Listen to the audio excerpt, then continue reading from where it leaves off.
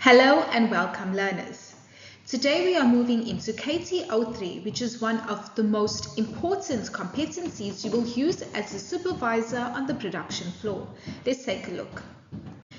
In this session, we are going to focus on the 4 key functions of supervision. 1. Planning. 2. Organizing. 3. Leading. And 4. Controlling. These are not just theoretical concepts. They are actually the day-to-day responsibilities you will carry out as a supervisor. If I can plan well, organize effectively, lead confidently, and control processes consistently, my team will perform better, waste will reduce, quality will improve, and problems will be identified earlier. My goal today is to help you understand these 4 functions in a practical, meaningful way. I will explain each area as we are on the production floor together, making real decisions in real time. So as we go through this, I want you to think about your own shift, your own tasks, and your own team, because everything we cover today applies directly to your job. Let's begin with our first function, planning. Planning is the starting point of all supervisory work. It answers the question, what needs to be done? How will it be done? When must it be done? And who will do it? Without planning, production becomes reactive, chaotic, and stressful. When I plan properly, I give my team a clear path for the shift. Planning is not always something I do at the beginning of the day. It is an ongoing process that helps me adapt, adjust, and stay ahead of problems. Planning also involves understanding production targets, resources, timelines, skill levels of team members, and potential risks. Now let's explore planning in more depth. Let's move on to setting goals and objectives. A key part of planning is identifying the goals for the shift or production cycle. These goals may come from management, the production schedule, or the customer's requirements. A goal tells us what needs to be achieved. For example, 1. The number of units to be produced. 2. The quality standard required. 3. Deadlines for completion. And 4. Safety or compliance expectations. When I set goals, I make sure they are clear, realistic, and measurable. I also make sure my team understands the goals so that they can work with purpose and direction. Let's move on to planning for resources. Remember, good planning includes checking whether I have the resources needed for the shift. This means asking, 1. Do we have enough manpower? 2. Do we have the right skills on shift? 3. Are materials, tools, and equipment available? And 4. Are there any known machine issues that could affect production? If I identify resource gaps early, I can ask for support or make adjustments before shift becomes stressful. And now we're taking a look at anticipating problems. Part of planning is thinking ahead. A proactive supervisor anticipates possible problems such as 1. Equipment malfunctions. 2. High defect rates. 3. Staff absenteeism. 4. Delays in material supply. When I anticipate problems, I better prepare to respond calmly and effectively if they occur. Planning helps prevent emergencies from turning into crisis. Now that we've discussed how planning sets the foundation for the shift, let's move to the next function, which is organizing, which ensures the plan can actually be executed. Let's take a look. Let's begin by understanding organizing as a supervisory function. Organizing is about arranging resources, whether it be people, equipment, materials, and information, in the most effective way to achieve the plan. Planning tells me what needs to happen. Organizing tells me how it will happen. When I organize well, my team knows where to go, what to do, and what tools they need. Poor communication and organization creates confusion, delays, and unnecessary frustration. Let's move on to allocating tasks. A major part of organizing is deciding who will do what. This means matching tasks to people's skills, experience, and strengths. When I allocate tasks, 1. I consider each person's training level and competence. 2. I ensure critical tasks go to people with the right skills. 3. I balance workload so no one is overwhelmed. 4. I communicate clearly as to what is expected. And 5. Effective task allocation prevents errors, reduces fatigue, and improves productivity. Now, when it comes to coordinating the work environment, it is important to remember that organizing also means setting up the work environment so that the team can work efficiently. This includes 1. Making sure tools and materials are easily accessible. 2. Arranging workstations safely. 3. Ensuring workflow moves smoothly from one step to the next. And 4.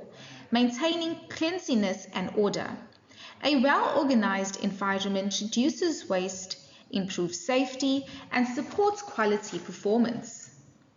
Let's move on to time management. Time management is a key part of organizing. As a supervisor, I must manage time wisely, not only my time, but my team's time as well. This includes 1. Structuring the shift, 2. Scheduling breaks, 3. Managing changeovers, and 4. Preventing unnecessary waiting time. When I organize time effectively, production stays on track, targets are achievable, and pressure is reduced. Now we've explored how organizing supports the plan. Let's move into the third supervisory function, which is leading, which deals with how we influence, motivate, and guide our teams. Leading is the human side of supervision. It is about influencing people and not just managing tasks. Leadership determines how your team experiences you and how effectively they work together under your guidance. Where planning and organizing deals with processes, leading deals with people, their motivation, morale, cooperation, and performance. As a supervisor, I must lead in a way that is firm, fair, and consistent. My leadership style directly affects the team's behavior. Now let's move on to providing direction and clarity. A good leader gives clear direction. This means 1. Explaining what must be done. 2. Clarifying performance standards. 3. Reinforcing safety and quality expectations. And 4. Ensuring everyone understands priorities. When direction is clear, the teamwork works with confidence and efficiency. When direction is unclear, confusion increases and mistakes multiply. Now let's move on to motivating the team. Now when it comes to motivating the team, it is important to remember leadership involves motivating people to give their best effort. As a leader, I motivate my team when I 1. Recognize good work, 2. Show appreciation, 3. Provide guidance when needed, and 4. Display belief in team's abilities, and 5. Maintain a positive and solution-focused attitude. Motivation is not about giving speeches. It's about how I show up every day and how I treat people. One of the strongest forms of leadership is leading by example. When I demonstrate professionalism, respect, punctuality, safety compliance, and consistency, my team is more likely to mirror these behaviors. If I expect high standards from my team, I must show those same standards myself. Leadership is not about what I say, it's about what I do. Now, effective leaders communicate well. This means 1. Listen actively. 2. Speaking respectfully. 3. Providing constructive feedback. 4. Handling conflict calmly. And 5. Being approachable. Communication builds trust and shapes the team culture. Now that we've explored the leadership function, let's move into the final supervisory responsibility, which is controlling, which ensures the plan, organization, and leadership results in the same outcomes. Now, when it comes to controlling, it is important to remember that controlling is the process of monitoring performance, comparing results to expectations, and taking corrective action when needed. It answers the question: 1. Are we on track? 2. Are targets being met? 3. Is quality acceptable? And 4. Are procedures being followed? Without controlling, problems go unnoticed until it is too late. Controlling ensures consistency, compliance, and continuous improvement. As a supervisor, I must know what is happening in my area at all times. Monitoring involves 1. Walking the floor, 2. Observing work processes, 3. Checking outputs against standards, 4. Watching early signs of problems, and 5.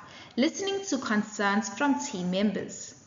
Monitoring is not about policing, it is about supporting. It allows me to respond quickly before small issues become big ones. Now let's move on to identifying deviations. Now when it comes to identifying deviations, controlling includes identifying deviations from 1. Production targets, 2. Quality standards, 3. Safety requirements, and 4. Work instructions.